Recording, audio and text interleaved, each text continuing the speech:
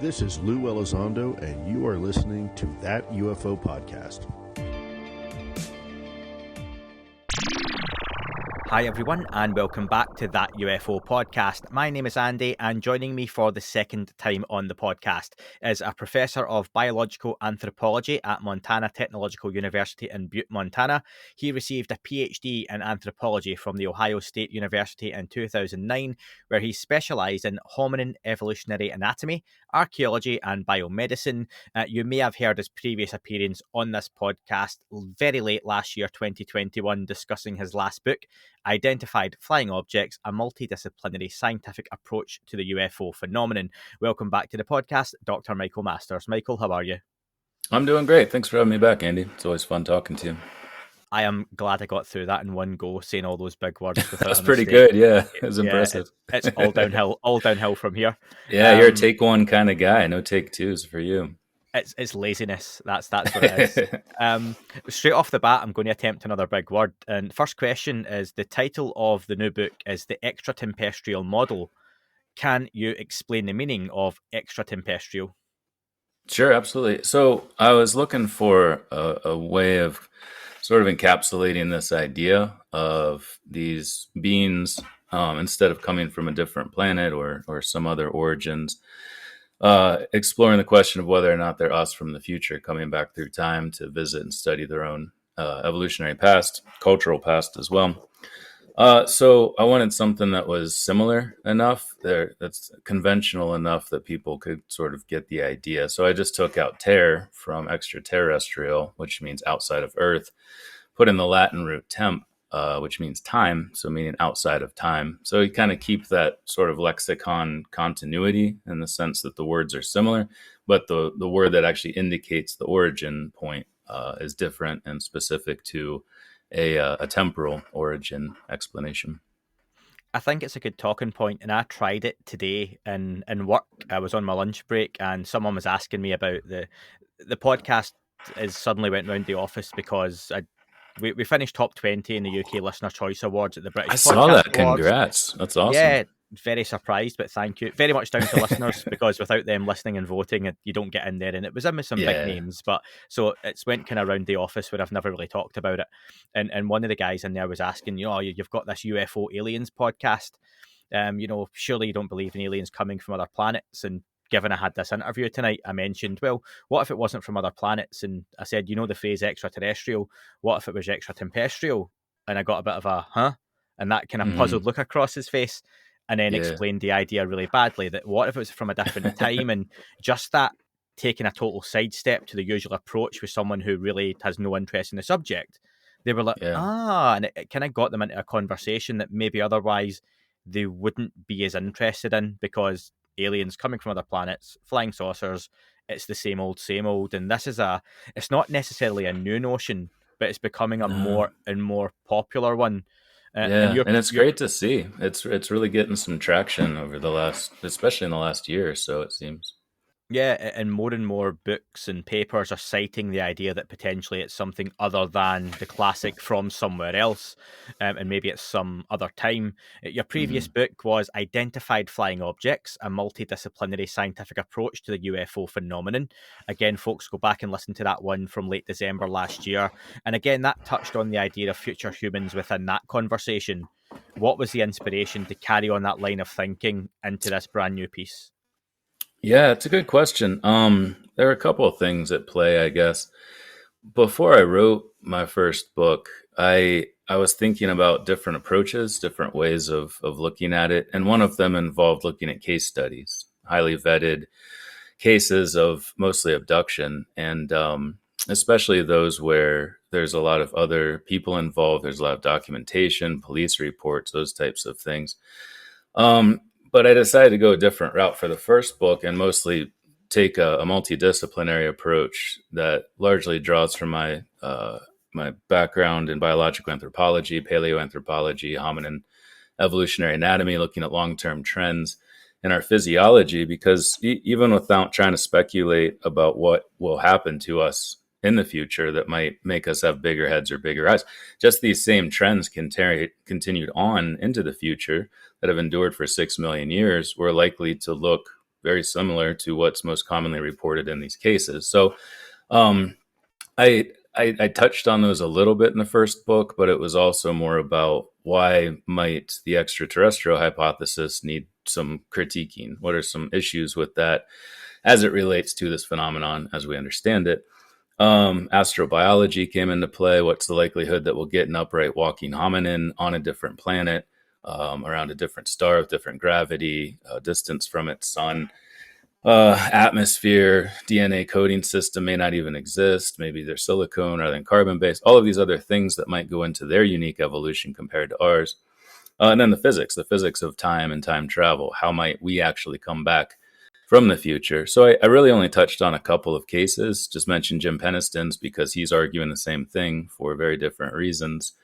He received a download of binary code in the Rendlesham Forest in 1980 and revealed and strongly believes that these were future humans. So I learned about his case right before publishing that book. So kind of put that in there. And one other case that I really enjoy too, the Amy Rylance abduction in Australia.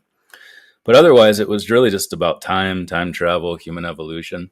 So once COVID hit, I swore I was never going to write another book, but then I got extremely bored and decided it was a good time to do it because everything shut down. I'm teaching online.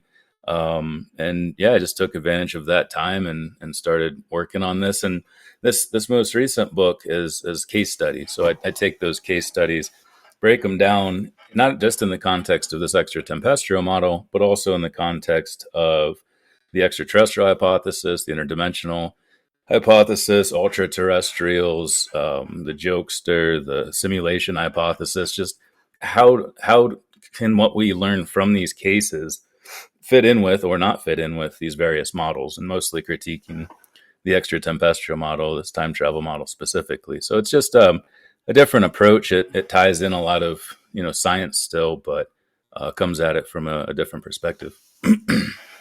Before I start asking you about the potential behaviors and why these beings may or may not be doing what they're doing, I'd like to ask if, as a species in the year 2022, we discovered time travel, we invented some form of craft that could take us back X number of years, do you think we would behave in a similar way to what we see these beings in craft doing? As in, are we going to go back several thousand years, to biblical times way before? Are we going to perform abductions in some way, shape, or form? What could that look like? I think it would look almost identical. And in fact, I mentioned that at the end of my most recent book, that if I, as an anthropologist, was gifted time travel technology, I would do the exact same things. I would take hair samples, skin samples, sperm and egg, gametes, fecal samples. You can learn so much about what people ate, their gut microbiome, and many other things. And I would do it covertly. I wouldn't want to really interject myself, my research, my researchers into those past periods too overtly, because not that it's going to create a new timeline or screw up a timeline, but it adds complexity to our intertemporal relationships and may reveal something at a time that causes intense ontological shock or disrupts a society. So I think that sort of Star Trekian prime directive, sort of edict approach, hands-off approach to doing this is also consistent with how we do research. And the IRB, the Institutional Review Board, we're required, especially with prisoners, children, subjugated groups, to get approval before we can even conduct studies. So it almost seems like many of those same protections and those basic objective research protocols are in place. The methodologies are similar, but then you look at the physical form too. I'd be returning a technology that won't exist for thousands of years yet. So we're much more advanced than these beings. They may even see us as gods or deities of some sort because of that, which is also common in these cases throughout antiquity. And the physical form. If I was a bald man, I would look exactly like these grays to them in many ways, depending on how far back we went. Obviously, farther than 3,000 or 4,000 years. But I would have a bigger, more upright forehead, bigger eyes, smaller face. Just a lot of the same characteristics that are described in these reports with these quintessential gray aliens. But one thing I discovered in doing this research is that my first book was mostly focused on that because I was inspired, as thousands and thousands of others were by the cover of Whitley Strieber's book Communion. As a small child, as 8 years old, I looked up and saw that, and just saw this connection between our ancestors, ourselves, and these beings, which made me wonder if they could be our distant descendants. So I was sort of starting from that place where I'm connecting the dots between our past, present, and future, and morphology, but our distant future. And then as I'm doing this research, I'm finding out that a majority, actually more than what's reported with these grays or other beings, are actually human, and they're described in the exact same way we describe ourselves in modern human terms. So it made me think, what if we're coming back much sooner than I originally anticipated? Because people would ask me, all right, so these morphological traits, what might that indicate? What time period? And I'd say anywhere between like 20, 40,000 years or so, just based on past evolutionary trends. But then these humans could potentially be coming back from 50 or 100 years in the future. And that might help explain why more of their morphological characteristics are so similar to our own. And something else I'd like to mention there is that in archaeology, we find things that are closer to our own present, simply because there's less time, less space for them to get destroyed or moved or lost, anything like that. So a good analogy is with your neighbors. You see people in your neighborhood more often than you see someone from Kenya or Zimbabwe or South Korea, just because you're closer in space to those people. The same would apply in time, where we'd expect to see people closer to our position in time if they're coming back from the future, simply because of that temporal proximity. Whereas the grays, which I argue are more distant temporal descendant, we see them less often because we're just a small blip to them in the vastness of their past. So I think that kind of helps explain what I refer to as temporal variation, the morphological differences, but also why we see more modern looking humans at a higher frequency than these grays, the more distant future humans, as I argue. Does that level of technical advancement and superiority justify any moral obligation to going back? And as covert as you say you would try to be, you're still potentially going to be plucking someone from, Neanderthal stage onto a craft they don't know, performing some sort of experiment, in the same way that abductees claim they can have very unpleasant experiences. They aren't all pleasant, as some people report. Is the greater good being served in those studies? Yeah, that's a great question, and something I and my colleagues struggle with tremendously. I just gave a presentation at the Esalen Institute in Big Sur, California last week, and one of the questions from a fellow PhD in psychology, I guess, was like, so should we assume the IRB doesn't exist in the future? Basically asking that same question, because the Institutional Review Board, it's funny I just mentioned this, are the ones that monitor research. So we're not repeating the Stanford prison experiments or the Milgram electroshock experiments and really doing damage to people. However, with that said, and why he asked this is because I described some of the things that happen, and they are arguably unethical. So, how if you continually impregnate and take a developing fetus out of someone throughout a 40-year period, there's ethical issues there. Even taking, sperm and egg, just touching people in their no-no square repeatedly throughout their lives. Like, all of these things are unethical as we see them. So it almost makes me think, and I'm just kind of speculating here because I don't know, and there's no way I can know, but based on research into a number of these cases, it almost seems like what they're doing, they consider to be important enough that they can sidestep some of those moral quandaries that innately come along with this. And perhaps in some cases, especially as it relates to reproduction and our gametes and gamete extractions and zygote and fetal extractions, almost seems like they have to. There's something that's happened in the future that requires them to do this. And it's good that you mentioned that not all of them are positive. 85%, based on the Dr. Edgar Mitchell Free study, a survey of almost 4,000 abductees and contactees, showed that 85% of people who interacted with the more human-like beings had a positive or neutral experience. And how you can have a neutral experience when something like this happens, I have no idea, because it seems like it would be impactful in one way or another. But only 5% actually had a negative experience. So it does happen. And, Terry Lovelace is a great example of someone who had a very negative experience throughout his life. But you have to wonder too, if that's because we can see ourselves and our humanity more if we're closer together in time. And as they get farther out and we seem more primitive, in the same way that we used to do experiments on chimps, and now it's been outlawed pretty much internationally, we start to see our humanness in them more.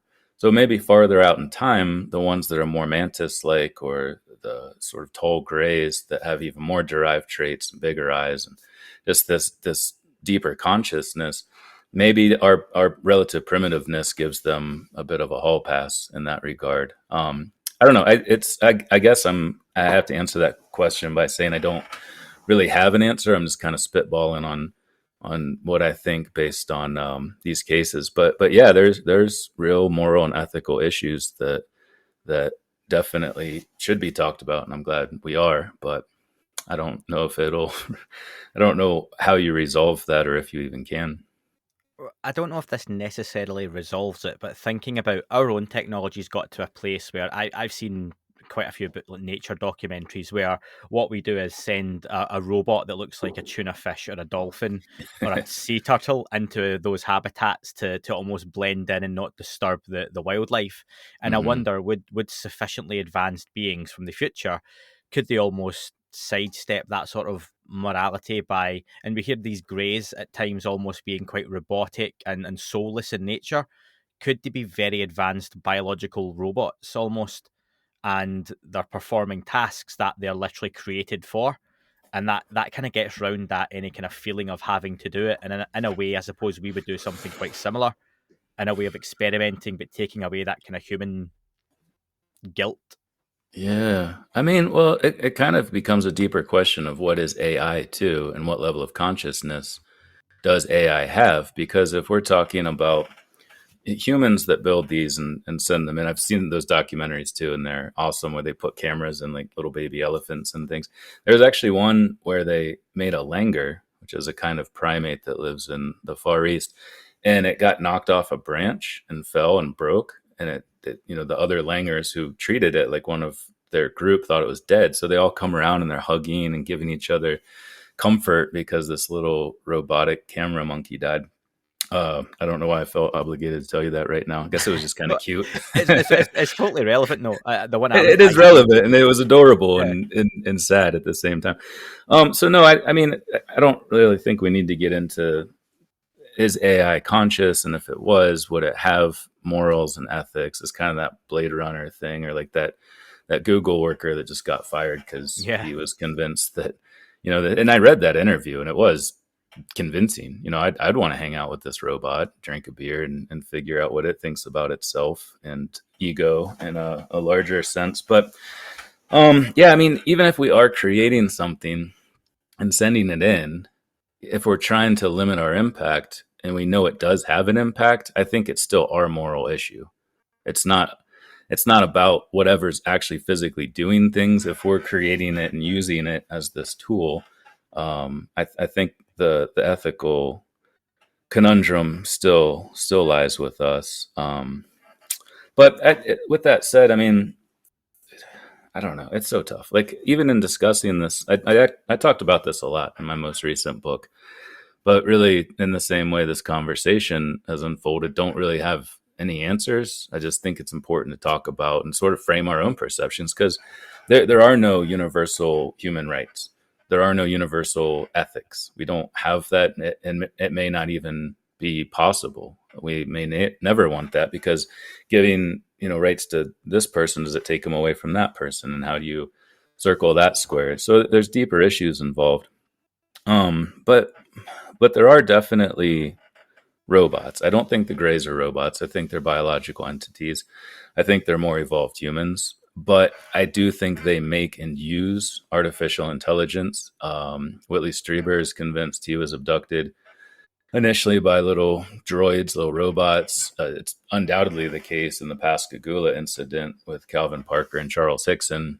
They described them as robots as well, in other cases as well. So I do think that's a component of it, but I don't think it really changes the ethical issues at all.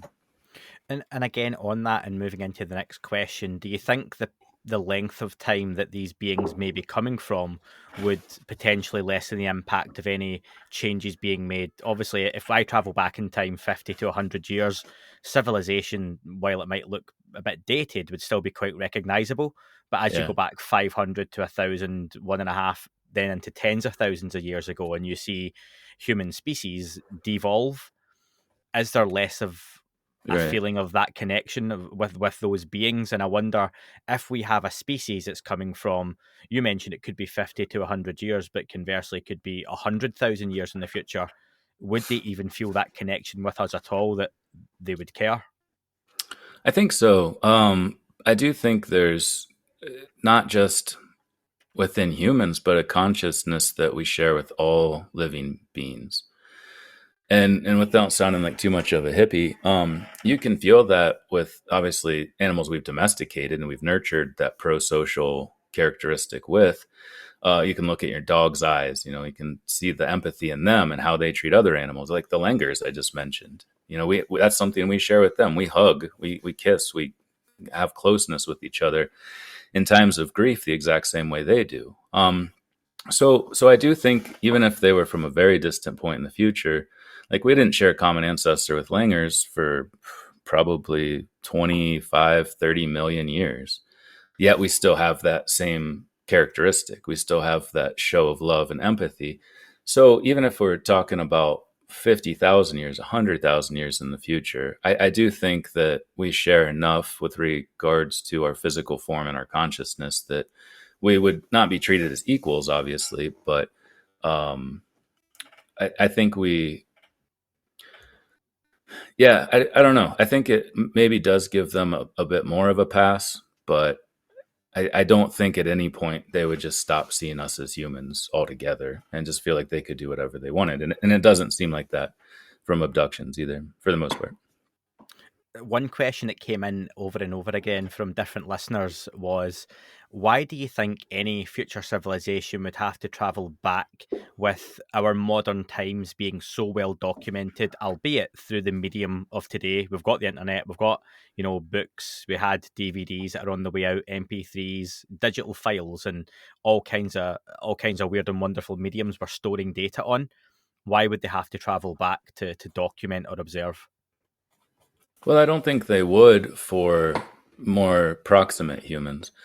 However, it's not really just about studying ourselves. There seems to be an ecological component to this too. The first case study I talk about in my new book, Mike and Leo Dworshak in South Dakota, the individuals they were interacting with, who were very much just like us, slightly more advanced, but still modern humans, were picking up grasshoppers in the same place over decades.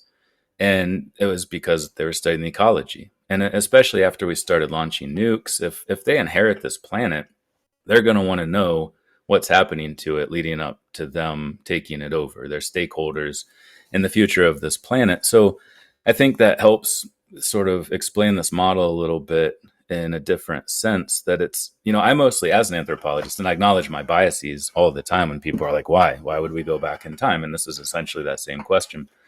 But more about an archive thing that I'll get to in a second. But we innately want to know about our past. That's what anthropologists do. We study humans now and throughout the past. How did we get to be the way we are? Why are our behaviors this way? How did culture and technology evolve to be more complex over time, beginning with the first stone tools 3 million years ago? So we're innately interested in those questions. And like I said, if I had a time machine, I would be doing very similar to identical things. But it seems to be much more than that. And there could be a time tourism component, as I talked about in my first book. Could be people paying to go back and see these things firsthand. They know that World War II happened, but they want to see something during World War II. They know the pyramids are there.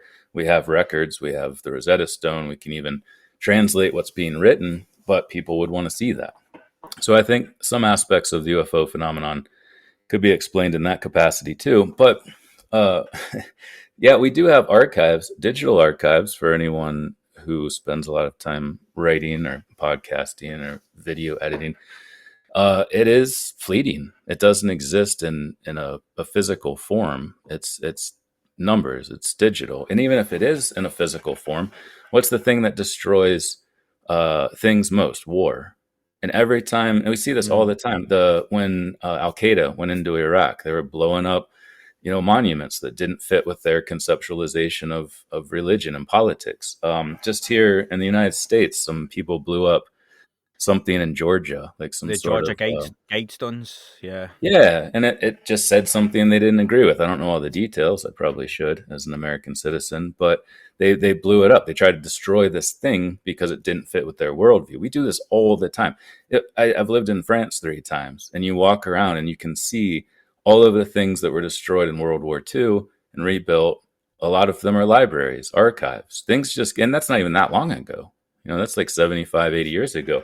So I do think even though we have the ability to archive, those archives aren't going to hold up over a very long period of time because they just haven't so far. And I don't care what form of digitization or any other method we have to archive things. I just don't see it lasting into the deep future.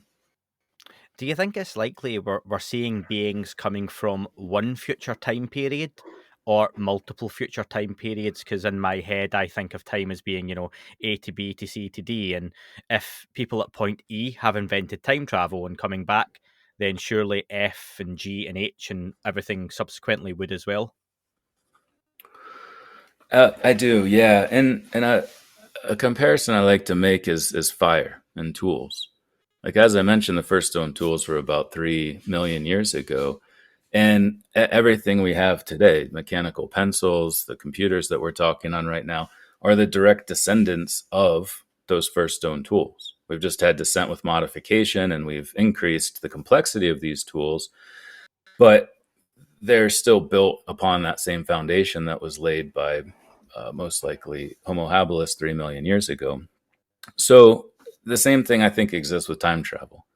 If we ever do develop the capacity to do it, and there's nothing in the laws of physics that prohibits backward time travel, so inevitably I think we will figure it out. And I don't think it'll be that long anymore. That was sort of a realization from doing research for this last book. I think it's going to be much sooner, possibly even within our lifetimes. And it feels crazy to say that after focusing so much on the grays in the first book. But once we have that technology, it just like fire, tools, everything else that's contributed so much to humans and our development, I don't think we're going to get rid of it. I think it'll be around for a very, very long time. And I do think they're coming from different periods. And I do think that helps explain the temporal variation that we see, why some look just like us, some look like us, but slightly bigger heads. They have telepathic abilities, which seems to be an aspect of the mind or consciousness that'll develop in the deeper future. And then once you get into the ones with the really big heads, the lack of pigmentation, the small bodies, some are even described as not having sex organs, being asexual in their physiology. That would seem to be a very distant point in the future, but still using time travel technology to get back to what is a more distant point in their own past. What was the moment in your research that you decided to change, that actually this technology could be much closer than you first thought? It was pretty recent. I was almost done writing this last book. I'd say it was only in the last, I don't know, 6 to 8 months or so.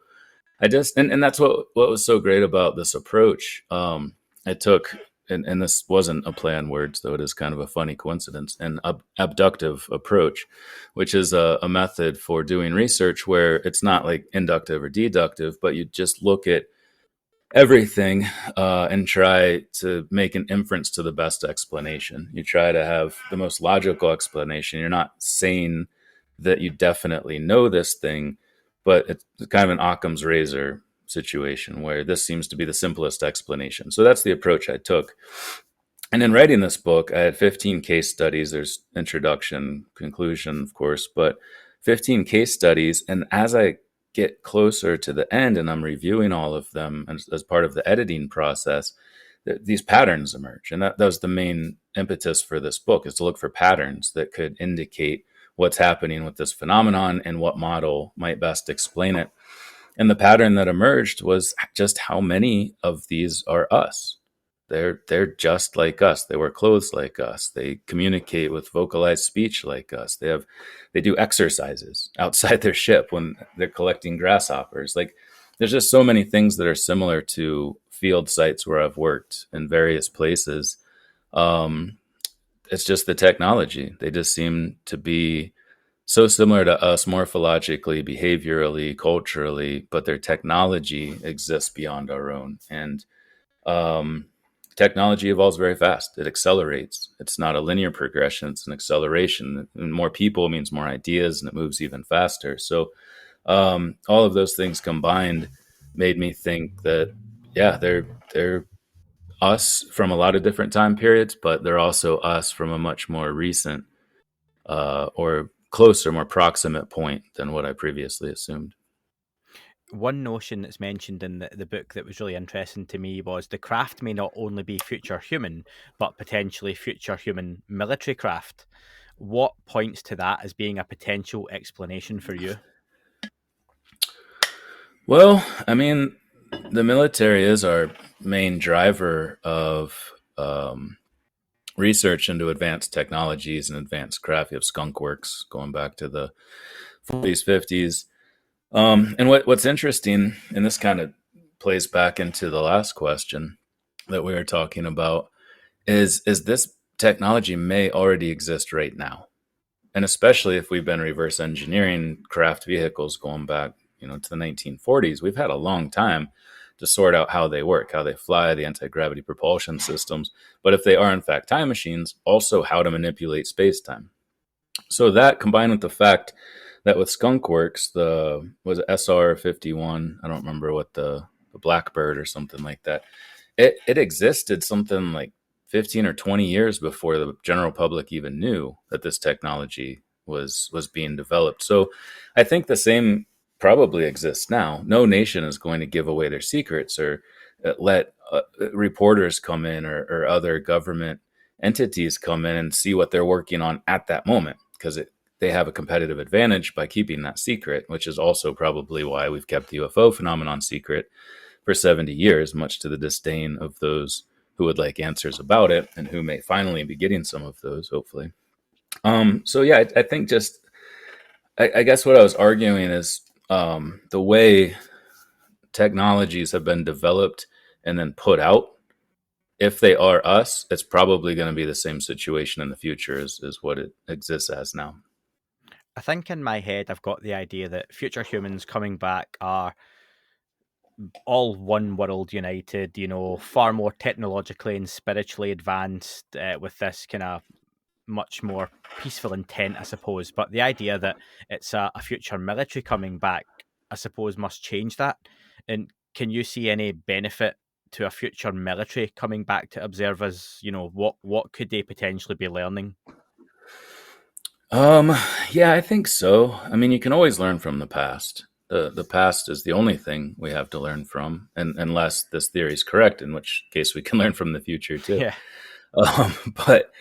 But yeah, I think so. And just studying cultures and the way they change and interact, a big part of military is also human. We have to understand the people that we're going to war with. We have to understand how to rebuild. A lot of, especially cultural anthropologists, work with the CIA and other members of the DoD, our Department of Defense. I think it's called the MOD over there, to help rebuild, reunite, get around political and cultural issues that grow out of war. But I kind of agree with you. I don't think, even if they are military vehicles, unless there's something they have to do with us or to us, in the sense that, I don't know, I talked about, this was kind of just, I try to acknowledge any speculations to really tease apart how it's not innately speculative when you talk about the future, and especially if we're talking about tangible things coming back from the future that we can study. But just looking at this common theme that keeps coming up among abductees, that's about war. They're shown missiles and explosions and oftentimes in association with UFOs. So I'm like, what is that? How do we understand that? And again, when these patterns emerge, we should look at them and try to figure out what's going on. So I was kind of looking at it in the context of these abductees, but also the end times prophecies, the eschatological. Just learned this word recently because I've been hanging out with a lot of philosophers and religious study people. But these end times prophecies, and is this all the same thing? Are the UFOs, the revelations, the end times thing, all related somehow? And if so, is there some sort of selection process that happens? Do they wipe out large segments of the population? And it was a weird thing to think about, because after the first book, everyone who I talked to was like, well, this is great. It means we survive global warming and there won't be nuclear holocaust. And for them to exist, we must continue to exist, obviously. But then I started thinking that's not true. That doesn't have to be the case. 95% of the human population alive today now could die, and that 5% could then carry on into the future. So I don't know. I sort of explored some different scenarios in the context of different timelines, or in the block universe model, which is sort of where I've been approaching it from this entire time. But also in the context of all of these doomsday scenarios, all of these warnings, and it's been coming up. It sort of died down, but for a while, 8 months to a year ago or so, there are a lot of people talking about that, talking about warring timelines and future humans from different timelines that have different agendas. And so I felt like that should be discussed as well. Again, I didn't really offer any answers, because you can't with something like this, and it would be disingenuous of me to try to offer answers for something that's currently unanswerable. But I do think it's important to think about and talk about, and that's really what I was trying to do with this last book. Yeah, on the timelines, if anyone's interested in following that up, Michael Masters, yourself in our last interview, Frank Milburn around the same time, John Ramirez earlier this year, and Ross Coulthard have all discussed really similar. I think I cited your podcast in that book because you talked about it with so many different people around that same time. And you and I talked about it too. Yeah. It was a really popular theme, and it's very Marvel multiverse, which is the kind of Marvel interweaving story just now. Doctor Strange. Yeah, so that's all kind of kicking off. But listen, back to the abductions. In this offering, you mentioned there are a number, 15 case studies. Some of the more famous ones, including Calvin Parker, who's been interviewed. Terry Lovelace is hopefully coming on the podcast next month. I have to reach out to Terry again, so that'll be really good. Looking forward to that. What for you makes a credible case of abduction? Because there are tens of thousands of stories. Yeah. And in many cases, they are just that. Stories. So what for you makes something jump out to say, yeah, this is something that makes a book? That's a fantastic question, and obviously something I struggled with tremendously, because I couldn't discuss all tens of thousands. I had to whittle it down. I wasn't even sure what number to do, or whether to do just a short analysis of, say, 50 versus a deeper analysis of 10 or 20. And obviously I settled on the latter in this case, but I tend to follow the same general framework that J. Allen Hynek laid out with his strangeness and reliability metrics. And they're not foolproof, obviously. But one of the things he kept coming back to is multiple witnesses. So a lot of these have multiple witnesses, people that sometimes were abducted together. Calvin Parker, Charles Hickson, Terry Lovelace, his friend Toby, as just two examples. The two brothers, the Dworshak boys, weren't abducted, but were allowed to go on the ship. They were allowed to see these things, and also the reliability of the witness based on how they are viewed by friends and family. I think that's important too. And the second case, Udo Wartena, he was a Dutch miner, I believe, and his case actually happened only probably about an hour from where I am in Butte, Montana, just outside of Helena, Montana. And the person who did the most research was Warren Aston. He's an Australian researcher, and he talked to Udo Wartena's family, and they had nothing but nice things to say. He was extremely reliable. He was extremely trustworthy. And the way he describes his account, he wrote a letter to John Glenn, who was a famous astronaut and senator in my home state of Ohio. And just you see all of these pieces together. I think if we tried to boil it down to one thing, it wouldn't work.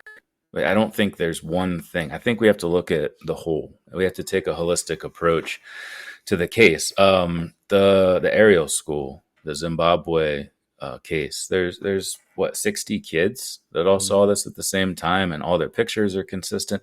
John Mack's like, get me to Zimbabwe. I'm going to check this out.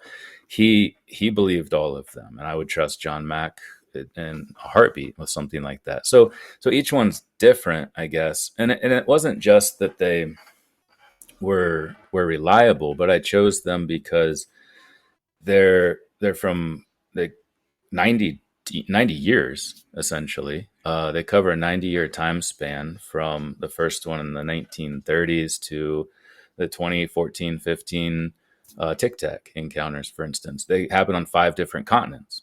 So if we're going to look for patterns, we're not going to be able to do that if we just focus on UFO encounters in the state of Texas or Wales or wherever. It's got to be a broad temporal span. It's got to be a broad geographic span. And that's what we do as anthropologists in our research, is we look for these patterns over time and over space. So it was kind of an abductive anthropological approach where I wanted to have variable cases. And I didn't just pick ones that conform to this extratempestrial model either. I think it's important to discuss Betty and Barney Hill. It's important to discuss the star map she claims to have been shown. And all of these things can help move us forward in expanding our own understanding of this complex and mysterious phenomenon. And it was difficult. There's certainly bound to be some form of bias too. I just like some of these cases better. I find them more interesting. So I want to write about them. I want to research them in depth. And that probably played into it as well. But I do feel like it's a diverse sample in time, space, what happened to people, the types of beings they interacted with, the things they saw, the types of craft that they observed. So yeah, I do feel like it's a good holistic representation of the phenomenon on the whole. Within a lot of the abduction experiences, you've talked already about the commonalities and the patterns, the humanoid form, the language at times, the clothing, the advanced technology. But what about the other side of that, where messages seem very mixed? Sometimes we're hearing, messages of love and light. Sometimes it's pretty horrifying experiences, abductions against our will. You mentioned the brothers who were taken on board, as many claim to have been. Some claim to have been taken on tours of galaxies and, the universe at large, and then returned to where they were. What does this point to for you, that they're having a variety of different experiences with a variety of different beings? Yeah, and that's a good point. There is variation, and I really tried to capture that in this study as well. And I love Whitley Strieber's encounter because he saw 4 different types in his same encounter that he wrote about in his 1987 book Communion, where there's these like battle droid type machines. Then there's the stocky ones that he referred to as sort of guards that would lead him around. And then there was a more human-like one. And then there was this more mantis-like one. And that could be temporal variation, as we talked about earlier. It could be the continuation of geographic variation, like what exists today among sub-Saharan Africans, Native Americans, indigenous Australians, etc. Maybe that continues into the future. It could be AI versus biological, or some combination of those, which seems to be indicated in other case studies too. But I often default back to, because it's currently our best source of information for this, the Dr. Edgar Mitchell-Free study that I mentioned earlier, the experiencer study, all of these different contact modalities, because surveys are wrought with methodological issues, and you can't dismiss that. You can't get around it. And especially when you're talking about something with high strangeness, like the UFO phenomenon. Is your survey slightly less trusty because of that? Probably. But it is a good study. It spans many different language groups. They put these surveys out in a number of different languages, and they had upwards of 4,000 individuals. I was told by Ray Hernandez that it's closer to 6,000 now. So it's continuing to grow. Their database is getting stronger. So within that, as I mentioned, the majority of beings that are seen are human. And then it's followed by the short grays, the tall grays. And it's only 5% that are described as something other than a human form. We have hybrids in there too, but if it's a hybrid of a human and a different kind of human, then it's still a hominin, as we would call it. But then 5% are these more mantis-like reptilian types. So it's really a very small percentage. We can't throw those out. They're not all outliers. Something happened. We need to take those into account. But I think for the purposes of this research, just the fact that the top 4 categories are a type of hominin in and of itself is informative. And it's a good starting point. And these stats are very useful for looking for patterns. Like I mentioned, the ones who interacted with the more human type forms had more positive experiences. The ones that interacted with ones that are different, such as the reptilians, the insectoids, were much less positive. And then there's personal variation. What happened to them? If they get taken on a ship and shown all these cool technologies as young children, yeah, they're going to love that. If they have something shoved up their butt and fetuses extracted from them, they're not going to like that very much. But even some who do, actually, like I talk about Jerry, case of Jerry, one of John Mack's patients in my book, she hated everything that happened to her throughout her life, but eventually realized that she was contributing to something really big and really important, and that she was okay with that. She realized she was a small part of something much, and it allowed her to sort of conceptualize what had been happening to her and come to grips with it, essentially. And that plays into the ethical question we were talking about earlier, too. So I think to answer your question, it's probably multifaceted, but most likely has to do with the types of beings, the personality of the individual contactee or abductee, and how different it was. You know, like if you came to the U.S., I'd show you around Montana. We'd have some beers. It'd be somewhat similar to where you live. You go to visit a remote tribe in the Amazon. Nobody speaks English. They're shooting bows and arrows as their highest form of technology. There's culture shock there. Even if you go willingly and you know it's going to be different, you still feel that culture shock. So I think there's a culture shock aspect to this too, where the ones with far more advanced technology, the big eyes always come up. Just this deep, haunting pupils of these beings that, you know, that fill the whole eye. The sclera, the white part's almost not visible. That seems to be memorable for people. Some enjoy it because they see this consciousness. The eye is the window to the soul, so to speak. Others are completely freaked out by it. They can't even look at them in the eyes because it's just too much. It's too different. So I think there's a lot of things at play, but I think mostly it comes down to the individual, their experience, and the type of being that they encountered. In your research, did you see any trend that suggested abduction cases are on any kind of upwards trajectory or on the decline, or is it somewhere in the middle? That's a great question. No, I didn't really look at that. I don't even know if I can offer an answer because I didn't. Yeah, I don't know. It wasn't a part of the research, I guess, but it's an important question. And it seems like something I probably should have added in the introduction or conclusions because, yeah, it'd be interesting to know, like, are we having more of these now? If they happen more at certain points in the past, why? What was it about that time? So no, maybe that'll be the next book. I don't know. I think discussing this on the podcast in the past, I think it was myself and Dan, we mentioned that in the past, abduction cases like Betty and Barney Hill and Calvin Parker, Travis Walton, Terry Lovelace, they stuck around because there was no social media. So if these things are picked up in newsletters or books, then they were the few cases that made it into the mainstream, and they've stuck in that myth and lore. There's a romantic notion with them, whereas people can go online now and any number of people on a daily basis on Instagram, Twitter, TikTok could claim to have been abducted. And you're probably just less likely to see it because it's 2022, and 140 character tweet is a lot less personable than a 40 or 50-year-old story. And I just wonder, is it just a modern thing that claims of abductions are much harder for people en masse to stomach than ones that maybe happened a longer time ago? Yeah, that's a really good observation and point. And I think there's a couple things going on there too, maybe, where, yeah, you're right. We can report it more, but then it also gets lost easier. Um, or are they happening more? Are they just being seen more? What I've found is a lot of people who seemingly shouldn't have an interest in this phenomenon, but do, eventually it comes out they had an experience. And they're trying to figure it out without really letting people. There's a lot of people before sorry, I just have something else I wanted to throw into this. No, go I'll for it. forget otherwise. There were a lot of people on Twitter. You've been a part of this group, as long as I have, probably longer actually. And they're very much involved with like the whole conversation, and then eventually you find out they were abducted. They had this experience, and that's cool. I'm jealous. I never have. I've never even seen a freaking weird light in the sky or anything. I thought I almost saw one recently, and it turns out it was just a plane, and it's very disappointing.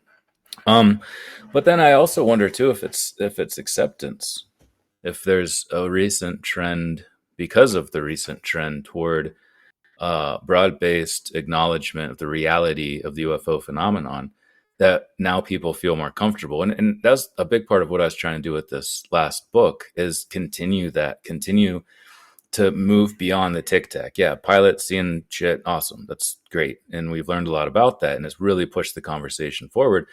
But people have been being abducted for potentially tens of thousands of years, and still are, and have been in recent times. It's part of the same phenomenon, undoubtedly. So we need to be talking about that too. And I actually dedicated my book to the brave people who come out and tell their story, and especially those who were telling their story before UFOs were even real, which wasn't that long ago. But a friend of mine who I wrote about his experience, Ellis Martin, in the book, as part of the Whitley Strieber discussion. He wrote me, he read the book. I sent him a copy because I appreciated him telling his story to me. And he was like, finally, after 40 years, this is so validating to see my experience being written about, my story told. And I think that's the case for a lot of these people. They're trying to figure it out. And he told me, he was subjected to these anal probes. And one of the things that really helped him come to grips with it was thinking of them as future humans. He could kind of conceptualize them as human doctors, future human doctors, in the same way we conceptualize modern human doctors. But it pissed him off way more to think of them as these beings from a different planet who came here and picked him up and did all of these things to him. Like that was more violating in his mind. And it doesn't matter what we think about objectively, it's that person's experience that matters. And I think if we can get more people talking about this and have an informed conversation without the stigma and shame that has been forced upon this topic for 70 years, we can really start to grow and learn and see more patterns. More patterns become apparent, and more data is available. And yeah, we still need to be judicious with vetting these. We still need to make sure it's not just somebody telling a story, or they'd have some alternative agenda that we're not aware of. Those things still need to be taken into consideration, but I hope that's the case. I hope more people are telling their story and feeling comfortable about telling their story in this new climate that's grown up around the UFO phenomenon. As much as we've got that new climate, there's still a block and a stigma for many. The X-Files, the Green Little Men, all that kind of stuff is still there for much of the general public en masse when the subject is discussed. I know here in the UK, I've not spoken to any of my colleagues at work about the subject who have heard about what's going on in the US in terms of congressional hearings and the media reporting being a lot more. It just doesn't reach over here in any way, shape or form unless you've got an interest. Yeah, hopefully more of them listen to this podcast and they would know a little bit more about it. Or other podcasts are available. Reading books. No, just yours. Yours is the only one getting awards, man. I could edit that one out, but I'll leave it in. I'll let that one slide. Leave it in. Come on. Do you think the model, like the extratempestrial model, is one that's ready to be discussed on a serious way for the general public, when they're still struggling to grasp the idea of there's something else other than us, more technologically advanced? Yeah, absolutely. And your personal account earlier, was that before we were recording or after the conversation you had with your colleague? It may have been. No, it was after. It was after. Okay. Yeah, so the listeners heard that. And I think what you said is important. It's a different way of starting the conversation. If it's just like, yeah, I believe in aliens, in one ear out the other. But if you articulate something that piques their interest, is maybe different, is more understandable, and I've heard that from so many people. They're like, I don't get how aliens would look so much like us and travel all the way here and just pick us up and fly home. But there's so much about this extratempestrial model that's intuitive, that makes sense, that now you can maybe have a conversation with people you couldn't have otherwise, like you just said. So yeah, I think we are going in a good direction, and really we owe so much to Leslie Kean, Ralph Blumenthal. I always forget the other person's Helene name. Cooper. Yeah, she was actually the first author on that, I believe. Mm. But the New York Times article in 2017 that really blew open this conversation, and you could tell instantly the impact that it had. I started using it instantly.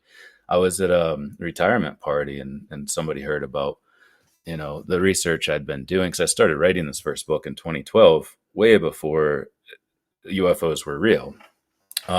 And so by 2017, when I'm getting ready to publish this book and have everything put together, I can now have a different conversation with people than I could have in 2012 or even 2016 for that matter. And since then, there's just been more and more and more. And it's too bad that it's not reaching beyond. I think it is actually. I was interviewed yesterday for a TV news segment by Al Arabi, who broadcasts throughout the Middle East and North Africa, asking about NASA and them getting involved, asking about the congressional hearings and things. So that the information is getting out beyond the US too. What people do with it at that point is a whole different question. But I think it's important to let people know this is real. And I feel like we're at that point. And then the question becomes, who are they? Where are they coming from? Or when are they coming from? And yeah, I think people are ready to have a conversation about this time travel model. Unfortunately, many of their brains were ruined by Back to the Future and other horribly made movies about time travel. But there are good ones too. There are ones that kind of adhere to the laws of physics as we understand them. Obviously, these vehicles don't adhere to the laws of physics as we understand them. So there's going to be a revolution in our understanding and use of technologies. Almost everyone agrees there has to be a unification of general relativity and quantum mechanics, this sort of quantum gravity theory, because we don't know how to fit those two together. Once that happens and this becomes reality, we're gonna have to talk about it. And it almost feels like this recent rise in the prolificness, if that's a word, of this model is a part of that conversation for a reason. We have to get people thinking about other interpretations. We have to get people thinking about that potential explanation. Like, what if this is our future? What does that mean for the way we conceptualize time and space, the way we conceptualize society and interactions between individuals from different time periods? So yeah, I think it's a little bit harder, and I've definitely found that over the last 3 years, because people don't understand the block universe model. They don't understand time in a way that allows them to conceptualize just how this could happen and how easy it would be and what implications there are or what non-implications, where we don't have to worry about the grandfather paradox. We don't have to worry about bootstrap paradoxes and all of these things that were hangups for people so much that I discussed much more in my first book for anybody that wants more information on that, because I really don't want to explain the block universe for the 1,000th time right now. So I think even with just a base level knowledge of where we are now, like, we can't know what technology we're going to have 100 years from now. We can't know what it's going to be like once we do unify general relativity and quantum mechanics, but we can know where we are now. And all I can do as an author of these publications is to give an indication of this is where we are. This is how we got here. And if these beings are from the future, we can connect those dots as well. But beyond that, we're still limited in our own understanding of time. We know it's an emergent phenomenon. We know there's something more fundamental that time emerges from. We just don't know what that is yet. So we're all stuck with the same limitations. But the more we can talk about this as a real possibility, I think the more we're going to be able to really set the stage for that future that's yet to come. When someone goes out and picks up their copy of the Extratempestrial Model, whether it's audiobook, Kindle, or paperback, hardback, take your pick, what do you want them to take away from it at the end? That's a good question. I guess the same thing I took away from it, because I didn't know what I would find when I decided to write this book, and that's part of the abductive approach. You just put everything out there and see what sticks to the wall. Throw all the spaghetti and see what sticks. But the main takeaway for me, I think, is that the future seems to be, for the most part, loving, empathetic. There seems to be a dissolution of a lot of our religious, political animosities. Of course, we're only seeing a select few individuals that come back, and that's not a representative sample, and there's other issues involved with that as well. But it's more about the conscious connection that people have with these beings. And yeah, you have the ones that don't, but the majority, they want more interaction. Whitley Strieber used to go out behind his house and walk out, calling for them, begging for them to come back and interact with them. And once you have that experience, and once you feel that deeper connection to a higher, a more evolved consciousness, I think that's the main thing that I wasn't expecting to find that I did. It's almost like Nietzsche's dead. We can move beyond all of these religious squabbles that have led to all of these wars and genocides and the politics that run hand in hand with those. And what was really cool, actually, is I wish I would have read this book before I published my last book. I just read it a couple weeks ago, but Joseph McMonagle's book, The Ultimate Time Machine, he says on page, I think it's 174, that by the mid-century, 21st century, the one that we're in now, it will be commonly understood that UFOs are time machines.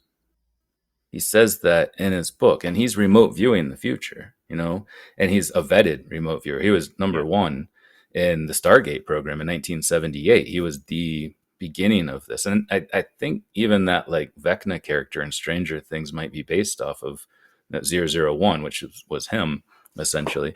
But he's remote viewing the near future and the year 3000. And already by the year 3000, if we can take seriously what he says, and he acknowledges that roughly 70 to 80% of what he says or remote views proves to be reality. And this has been tested over and over and over multiple decades. But it's cool that he said by the middle of this century, we'll know their time machines, we'll know their future humans. Would have loved to included that in my chapter 1 deep dive into who else has said this idea over the last 100 years or so. But by the year 3000, we resolve a lot of ecological problems, a lot of social problems, transportation problems. We start to build cities in a way that makes sense rather than based around cars. You're much better at it over there in the UK and Europe. But we suck at it here. Our cities are horrible and they're stupid and it makes no sense. So by the year 3000, we sort those things out. We have social reforms. Our prison system is completely different. It almost doesn't even exist. The political system. And like you were saying, we like to think of this more harmonious existence. That does seem to be the case on some level in the human future. And that was something I took away from it that I was excited about. I won't be a part of that future. I'll be long dead way before it, but it gives me hope for humanity, I guess. And that was positive. Before some listener questions, just let me ask you then, if future Michael Masters could come back from the year 2042, so let's give us 20 years, and he could tell you what the human race has learned about UFOs in that time, what do you think he would say to you? I mean, I have so many biases in answering that question. It's impossible to say. But I mean, that's pretty much mid-century, 21st century. So I'm just going to divert to Joe McMonagle with that one and say Lovely under time machines. they're time machines. Yeah. I'll let him answer that question for me. Okay. He seems Because I'm not a remote viewer. I wish I was. It seems like it'd be super cool. Future Doctor Masters could be. You never know. There's no time like That's the true. Yeah. Actually, yeah. I say there's no time like the present. There may be a time like the future, so you never know. That's true. So, listener questions, lots were sent in. So, I'm sorry if I don't get to yours. Some of them were in the body of the interview, and others were you sent in similar ones. And we start off with Malcolm and Metal Matt, both asked a very similar question. If these beings are aware of our capabilities, why would they be exposing themselves to us? For example, the Tic Tacs, they seem to know, or they should know, that we can track them on radar with, satellites and such. Why aren't they observing us in a more stealthy way? Yeah, well, they do that as well. In fact, it seems I've had this question proposed in a similar way about the lights. They've got all this grand technology. Why do they need lights on the outside? And I think the lights have something to do with the manipulation of space-time from many different things I've seen. But then you have things like the Ariel School encounter, for instance, the Rendlesham Forest, where it almost seems like the craft had a malfunction of sorts, and it had to come down and they fix it. Both describe very similar things. Beings moving around, hovering, seem like they're making repairs to the craft. So if there is some sort of cloaking mechanism, maybe that breaks down in these situations where they have to fix a problem with their cloaking mechanism or some other thing. And in the Ariel School encounter, the children describe it as sort of disappearing and reappearing in the sky. That could be an aspect of them entering that temporal space, because that's what we'd expect of a time machine. Or it could have something to do with that cloaking mechanism breaking down and exposing them in different places as it's sort of on the skits or whatever. It could also be, and this would seem to be indicated by where we are socio-politically with all of this, that they want us to know. It's time for us to know. And that's been said over and over again, especially by those who are in military, that it's not up to us to tell the people about them. It's up to them when we tell them. And that would seem to indicate that they know more. They have more information because they know when this is going to happen already, because in the block universe model, it already has for them. So I think we're getting close to the time when we do finally get to know, and maybe they're sort of letting down their guard a little bit because they want us to be talking about this in preparation for this final disclosure or whatever. That's my hope, at least. Some of the children at Ariel also mentioned that when the craft had landed, it looked like one of the beings was stuck in a loop. They could see it running and it was going back, and then same part again and again, like they talk about that temporal space. Yeah. Maybe the being's not actually doing that. It's just what they're seeing because of where they are. Exactly. Yeah, and I talk about that again with it was the one in the UK, Manchester, UK. I forget her name. Linda Jones, I think, was her name, where that same sort of thing happened with this manipulation of space-time in and around these craft. And that was a big focus of this last book, is that space-time manipulation aspect of it, talking about how Puthoff's research, but also the G-forces, which is something I neglected to put in the first book, is if they're manipulating space-time, us as an outside observer sees this thing do a 90-degree turns very, very quickly, but within the frame of reference of that craft, it could be a very slow stop and reacceleration. It's just our flawed perception outside the temporal reference frame of this craft itself. So there's a lot of things like that I think we need to take into consideration when talking about not just their ability to move in and out of time, but how they can manipulate space and time in and around these ships. And the Ariel School is a good example of that. I won't lie, sometimes a DeLorean going 88 miles an hour does seem much simpler. So that's one for the Back to the Future. What's a flux capacitor, though? You can explain a flux capacitor to everybody? That was where they could just cut it off and say, yeah, Doc figured this out. We don't have to explain it.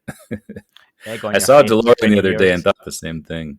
What was Never that? know. That could be egg on your face in 20 years' time when they Yeah, come that's down and say, true. look, No, that's true. I gotta be careful what I say. you just stick some garbage in this flux capacitor and it lets you go. That's it.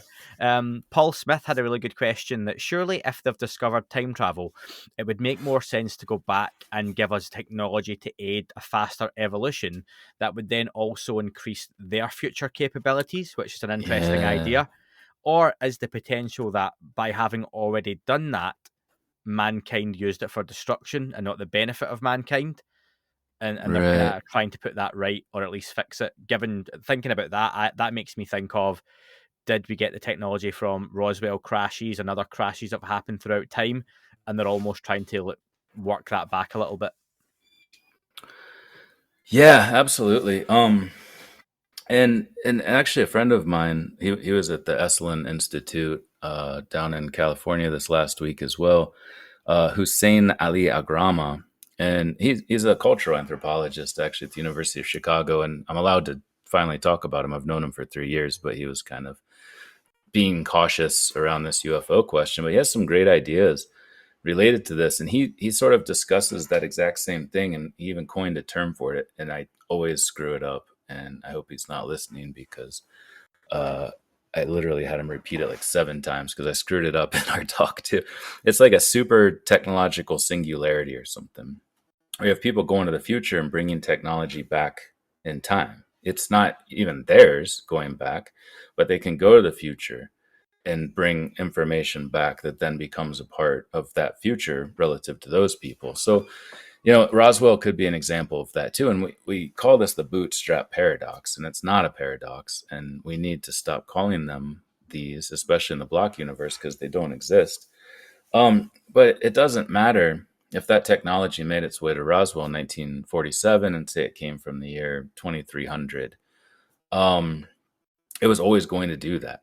It was always going to be there. And we eventually make the thing in the year 2400 that then goes back.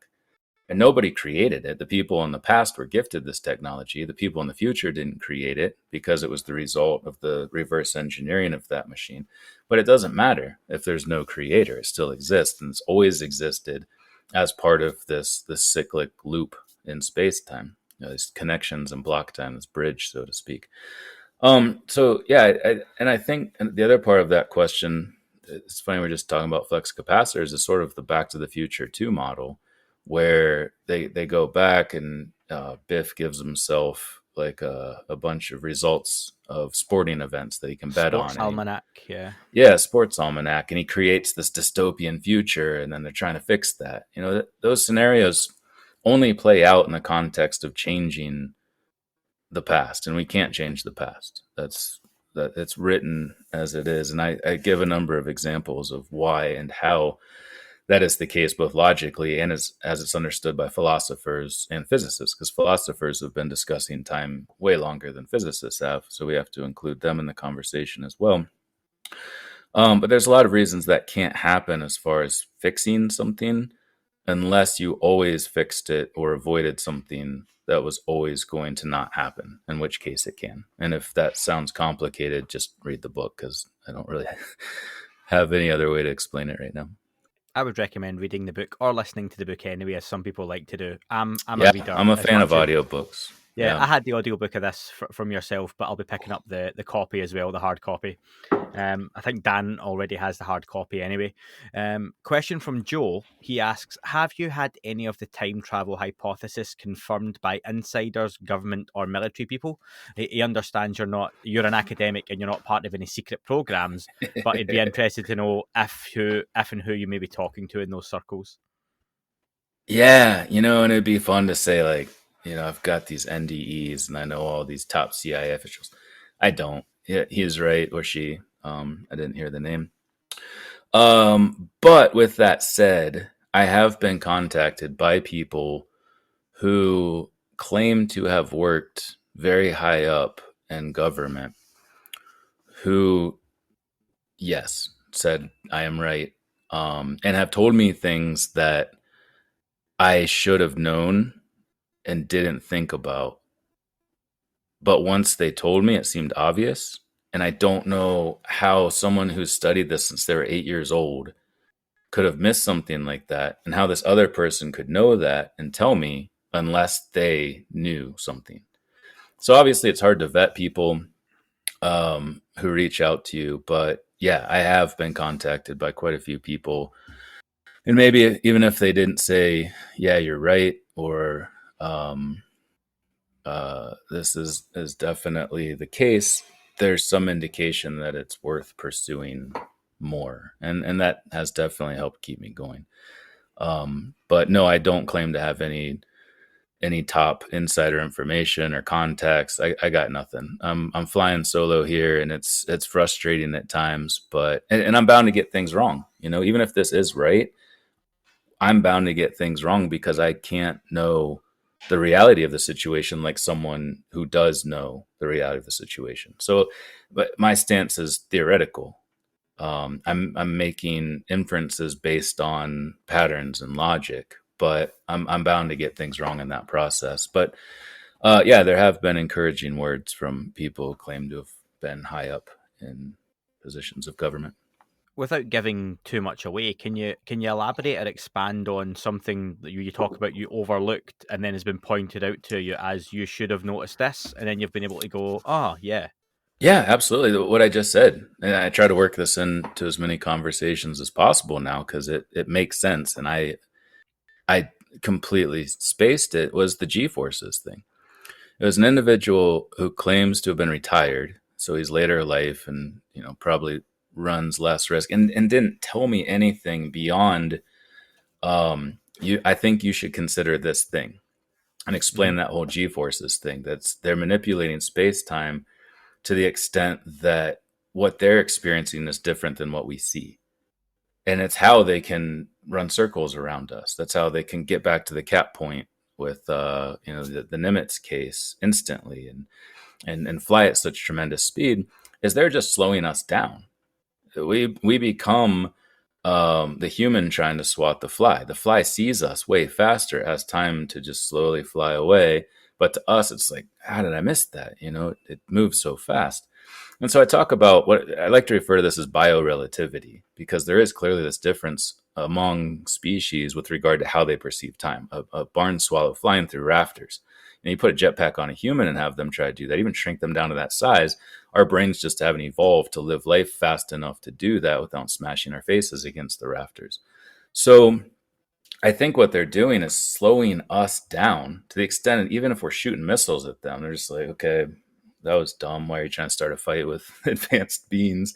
But they can just slowly move out of the way because we perceive time differently. So as we perceive them outside of their reference frame, that instant acceleration, deceleration, 80,000 feet to sea level in like 1.76 seconds or whatever the SU calculated it to be, that was told to me by someone who claimed to be an ex-CIA or someone involved in government. I don't remember what it was, but it was right after my first book came out.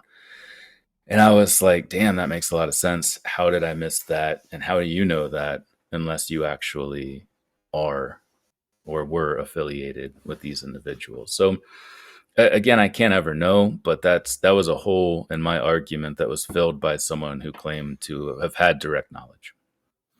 Question expanding slightly on what you mentioned on the Tic Tacs from Tree of Life. Tree of Life says, thank you for your thought-provoking books, Dr. Masters. You've done a great job of explaining the various paradoxes in ways a layperson could understand. Question, what's your take on why time travelers would spend so much time lurking around our Navy and Navy ships? Ehrman reported they saw the Tic Tacs daily. We hear from people like Lou Elizondo. These incursions are still happening now, sometimes hovering there for hours. What information of value could they be gathering in that time? Yeah, that's a fantastic question. I think because war and destruction seems to be so much a part of the warnings that come, the eschatological. I'm just going to use that word all the time now because it's fun to say. These end times prophecies, that clearly is related to our military technology that exists today.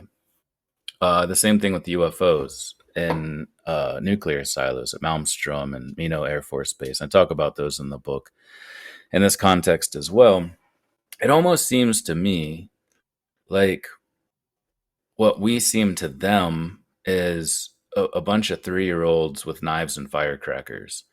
And for them to know if something happens that they could try to stop before it happens. Because again, you can't change the past once something's already happened. And I discussed this a lot in my most recent book with the nuclear silos and different timelines, the multiverse versus the block universe, is maybe they're just monitoring us closely the same way you do on the 4th of July. We always go to these 4th of July celebrations, and it's this massive horde of people.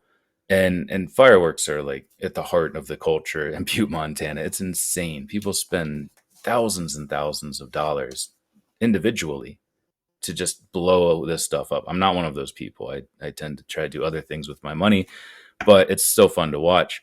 But then you have like 25 kids, we're all drinking beer, the parents are watching, but then there comes a point where you're like, all right, we should watch closer, because that's a big firework and they seem to not be paying attention enough. And it almost seems like that same vibe with them, that they're just keeping an eye on us, because we've gotten to the point. Why would they care before, when we had spears and bows and arrows? We're not going to destroy the planet that they might inherit with that. But then once we get nuclear capabilities where we could not just destroy ourselves, but destroy this planet they also call home, I think that would definitely make them watch a little bit closer, and may help explain why so many are seen in association with military vehicles and ships. It's getting late in the conversation for me to ask you this, and I think I might hurt my head a little bit, and I'm going to try and explain this easily for myself. You've mentioned a few times that we can't go back and change the past because it would had to have already happened. So, for example, if I am here in the future, or which is my present, obviously, and I look at a bit of ground that is untouched, and I slap That UFO Podcast sticker on it in the past, would that sticker not then be there in the future when it wasn't there at the time it was my present, if that makes sense? So if I go back to that bit of ground that's empty and I put a sticker in the past on that bit of ground, assuming no one ever moves it, and then I go back to the future, I'm going to get that stuck in my head now. I go back to my present. Yeah. Would that sticker not now then be there, and therefore have affected the past, or would it have just always had to have been there? Yeah, if that sticker wasn't there, you didn't ever put it there in the past for it to be there. And in reverse, if you did go back in the past and put that sticker there, again, assuming nobody came and took it, it will always have been there. You will see it and be like, why is that sticker there? That's weird. Who put that there? But if it was always you that did it, you will always go back. And it's kind of a broader example is if you visit yourself in the past. Mm-hmm. If you have a memory of interacting with yourself, an older version of yourself at age 8, let's say, and the person that came back from the future was 45. When you turn 45, there's absolute certainty that you will go back and visit your 8-year-old self, because you will have always already done that. Those two moments are connected in space-time, and there's nothing that can change that, because in the block universe, everything that can and will ever happen already exists in this massive 4-dimensional block of space-time. So you can't think of it as, well, there could be a change. And I would direct people toward the last chapter of my book. I can't remember her name right now, but she's a philosopher at a university in Australia who explains this perfectly. It's one of my favorite explanations of how backward time travel would work in the block universe. And essentially what she's saying, I also cite, speaking of Marvel, who's the Incredible Hulk in that? Dr. Bruce Banner. Yeah, Bruce Banner. A quote by him from, one of their later movies. I can't remember what it is right now, which says the same thing. And essentially, the best way of thinking of it is that anything you do in the past doesn't change the future. when you get to the future, everything's the same because those moments are all structured. They're already in existence. And anything you do isn't going to elicit an effect. It's just going to be what you always have done at that time. And any change that occurred, any effect from that had already happened before you ever went back to do it. And that's the essence of the block universe. And it is possible. And it was pointed out to me very shortly after my first book came out, that I didn't talk about the multiverse. I didn't talk about the possibility that there's other timelines. And because A, we don't, there's no proof that they exist. And B, there might not be any way of studying them, even if they do.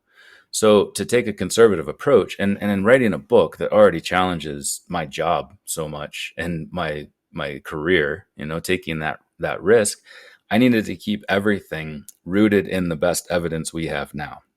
It would have been fun to speculate wildly about the multiverse and these different timelines, but the consensus among physicists today is that the block universe is real. And it's easier to understand time travel in the context of the block universe. The multiverse actually makes it really weird, and that's when you have these paradoxes. Once you interject change into the question, all of these paradoxes that we've learned about through mass media and movies come into play. In the block universe, they don't. So it's just a simpler model in whole. And I think, I don't know. I feel like it's intuitive and it's very understandable, but I've also been reading about it since I was in high school. So it's just in there now. But it should be for everybody. Everybody should look into, read a book by Paul Davies, for instance. Read Kip Thorne's work on time and space. Stephen Hawking, obviously, even though he's a staunch critic of backward time travel, he's sort of the guru of time. So read about it. It's fascinating, and it does hurt your brain, but I don't know. I guess I'm masochistic in a way because I've always enjoyed that. The question from Dave talks about the very famous now slide 9 that Luis Elizondo and Hal Puthoff have talked about. Is that something you're aware of? What's it called? Slide 9. It was part of a presentation from ATIP, and it was I'll bring it up just so I get the wording correctly here, but it was the DoD's threat scenario. It was ATIP. It was one of their slides in a presentation, and it reads that the science exists for an enemy of the United States to manipulate both physical and cognitive environments in order to penetrate US facilities, influence decision makers, and compromise national security. And it talks about psychotronic weapons, cognitive human interference or interface, penetration of solid surfaces, and other things we would associate with unidentified aerial phenomena.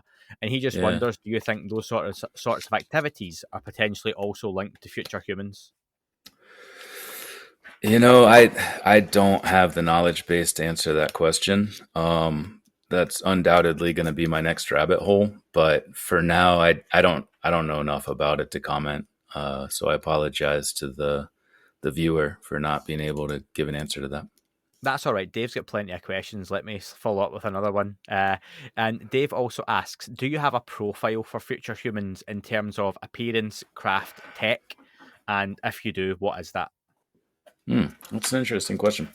I don't really, because it's changeable. It'd be like saying, do you have a profile for modern humans with regard to their physiology, their technology? You can take random samples of people from all over the world, including those yet to be contacted Amazonian tribes, and then lay out all of their technology, look at their physical form, and then you try to say, all right, what's the average human and their physiology and technology? You just can't do it because we're so variable. And I feel like that variation will persist into the future, but then it's also complicated, or not complicated, but that variation is added to by temporal variation. Obviously, someone coming back from 100 years in the future is going to have a different physical form and different technology than someone 300 years in the future, 3,000 years in the future, 20,000 years in the future. So if that technology continues to exist and they're coming from multiple different time periods spread throughout the hominin future, that adds to all of the existing variation that exists in each of those time periods. So it's not really an answer to the question, but I think it's important to acknowledge that because it needs to be taken into account. And it's a big part of, how it's hard to project our humanness into the future. When people used to ask me, how long will it take for us to become the Greys? Well, there's sex variation, there's geographic variation, there's age variation. All of those things need to be taken into account. We just don't have enough data from these future humans to be able to do that. So I never felt comfortable answering that question. No, that's fair. And final question from Newman. Newman asks, and he's given me some context behind this as well, clearly having already read the book. The question is, James Fox, the director of the Phenomenon and upcoming Virginia case, Moment of Contact, stated that his sources claim that at least 1% of the human population are human-alien hybrids. Likewise, former CIA John Ramirez, who's also been interviewed on the podcast, has I watched stated that one. Yes. I watched that podcast. It was fantastic. John's a really nice guy. Yeah, it seemed like it. He's also heard this claim within a briefing he attended. In light of your extratempestrial model, can you give any opinion on the statement that hybrids are actually already walking among us? Yeah, absolutely. And I love that question. And as people who have read either of my books know, and this listener, what was his name again? Newman. Newman. Like As Newman Seinfeld, points yeah. out. Yeah, okay. It's so hard for me not to do the Jerry Seinfeld Newman scream there, but I'm holding back. I'm exercising free will at the moment. It's important to acknowledge the biological classification of species concept. That if we're talking about hybrids, and obviously you could make the case that an advanced extraterrestrial species would be able to maybe figure out a way to combine our genome. A simpler explanation is that they're already us and they already share a genome and we can already reproduce with them. So these hybrids, I think, are a good indication of this future human model, this extratempestrial model, because if you can reproduce two species or alleged separate species and create viable offspring that can go on to reproduce itself, they are by definition the same species. And I've also met these people, from a less nerdy scientific standpoint. I've met a lot of people whose grandmother had a strange pregnancy that she couldn't explain. These people often have psychic powers. They have telepathy. They can remote view easier than other people. And you start to hear enough of these and you're like, well, damn, maybe this is happening. Why is the obvious question. What's the end game? Is it some sort of experiment? But what's cool about it is it indicates that some of these psi capabilities are heritable characteristics. They're not learned. That if you have an individual from, say, 15,000 years in the future that's already developed telepathy and that ability to communicate in a very interesting way, and they somehow reproduce with or interject their genome into someone from this time period, but then someone 2 generations down from them still has that capability, that's fascinating. That's really indicative of some evolutionary aspect of our consciousness and our brains that we don't yet have. And so, yeah, I hope that's true. I mean, obviously, how do you test that? How do you figure out if 1% of the human population is a hybrid? But having met these people and seen them demonstrate their abilities, I would tend to believe that more. And I use the word belief because I don't have a way of testing this scientifically, but I think there's something to that maybe. Well, look, we have covered a lot of ground, and thank you to everyone who sent in questions, and apologies to those who didn't get theirs answered this time round. I definitely recommend you pick up your copy of the Extratempestrial Model. I'm still working my way through the rest of the audiobook. How can people follow you, Michael, and also get a copy of your work? I mean, unfortunately, Amazon is the best option. And I say unfortunately because they sort of took over the book. They took over everything. Who am I kidding? Yeah, we have. But if you have a local bookshop, have them get it. I do also distribute through Ingram, so it's a wholesale. I don't make as much money, but I'd like to support local bookstores. So talk to your local bookstore and try to get them to get it. If they can't, or they won't, or they hate the idea and tell you to piss off and go away, then go to Amazon. It's available there, as Andy pointed out, ebook, audiobook, and paperback. As far as following, I have a website. I just designed a new logo that's been fun for me. Future Human Nice. Time Machine. There's the same number of letters in each one, so it fit well. I haven't made like t-shirts. I mostly just have these for my friends, but it's also on a t-shirt. I don't know. I had to do something different because you remember the faces that I had before, the like chimp face, and I was like, I can't use that for the new book, so I had to design something new. So, but yeah, I don't know, Twitter, Facebook, all the same stuff. Wherever you follow other people, I'm probably on there somewhere making a fool of myself. So come join the party.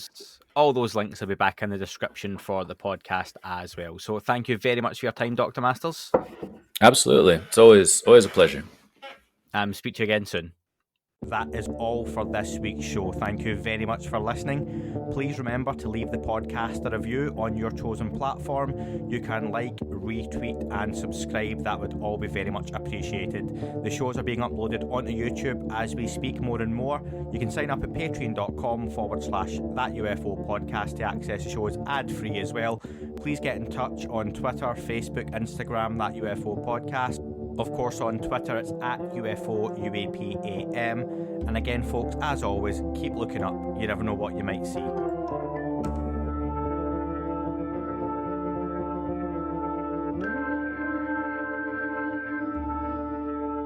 It wasn't a tic-tac and not quite a saucer, more like a hubcap designed by Chaucer, a little Baroque and quite steampunk, like Alice was playing bass for the Parliament of Folk. The little fucker hovered right outside of my window, and when I shoved out the screen, he made it an issue. I don't think he expected me to see his ass, but I'd had some champagne and smoked a little grass.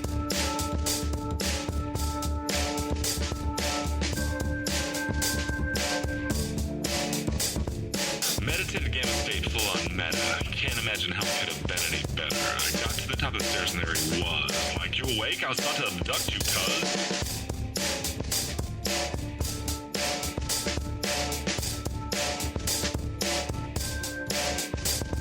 I jumped back and nearly kissed myself, and I climbed out the window after the elf, and I woke up in my bed and there was something on my head and everything was weird and everything was red. And I called out to my boys. They thought this was noise. They thought it was a dream. They thought it was my toys. They thought it was my problems, and they think I should seek therapy, and I don't know what to do because it doesn't really scare me.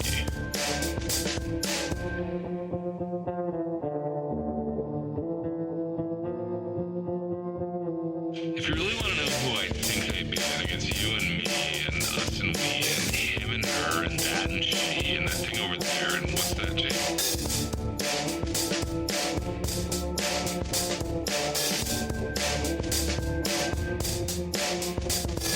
If we're being serious, open your mind, consider your heart, consider time, consider your space, consider your lies, consider your life, consider your eyes.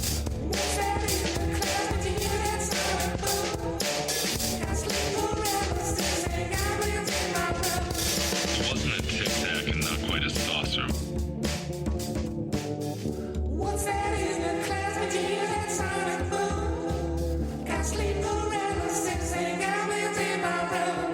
It wasn't a tic-tac and not quite a saucer.